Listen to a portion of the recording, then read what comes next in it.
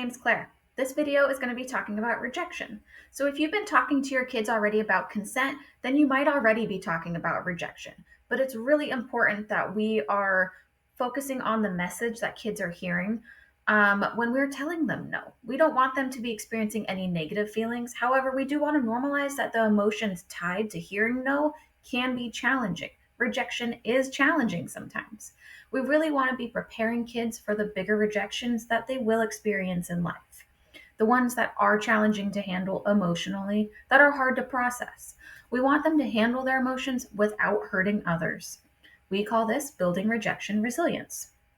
So, the first part about teaching rejection is explaining it to them, right? Rejection is explained to kids simply as saying, we all try to do things that don't always work out for us. Sometimes it works out, but a lot of the times it doesn't.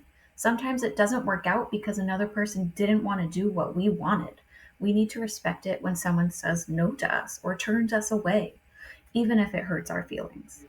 So, when it comes to teaching rejection, here's a few more tangible tips for you. First, start by role modeling it. So, whenever you're rejected, use those small rejections and those small examples day to day to acknowledge that you were told no and role model that you're okay with that. It's really important that they see adults are responding to no too, that you have feelings tied to that experience for you. It could be that they said no when you wanted a hug, or that a relative said that they couldn't come over for dinner after all. Acknowledge that someone said no to you, or that they said no, and respond with acceptance and empathy. And then when you observe moments of your kid being rejected or turned away from someone else, talk about it with them. Just ask them what feelings are coming up. And if they're having big feelings, let them feel those feelings. It's okay for them to be sad. It's okay for them to be angry. But then when there's a moment to talk about it, ask them, why did that hurt your feelings so much? So, another big component of teaching rejection to kids is helping them process it, which requires a little bit of reframing for them. Sometimes we don't always know the reason why someone told us no, but we really want to help kids understand that it's not always about them. It's not a personal attack on them. Sometimes they might have negative feelings about themselves when they are rejected, and we really want to help avoid that. So, some examples that we can work through with them and some questions to pose to them are: have you ever said no to someone? Why? Were you trying to hurt their feelings? The answer is probably going to be no, they were not trying to hurt someone's feelings. So, what are some reasons someone said no to you that aren't about you? What we really want to do is help them build empathy skills.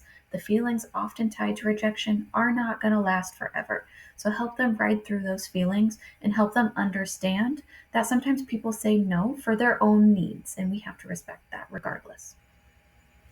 It is equally important that we are teaching kids to say no to others and that they feel comfortable and safe saying no to others. Their no should be heard, respected, and hopefully cause the least amount of conflict or harm to others. It's also a really good reminder to be telling them that if someone does not listen to their no, it is not their fault. A few more tips to help role model saying no to others. You want to make sure that it is a clearly stated. We also want to help kids practice saying no in person directly to the person that they are speaking to.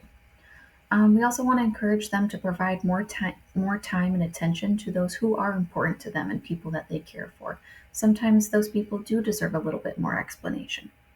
And then when people are not respecting no's, how can we set more firm boundaries and be consistent with our boundaries?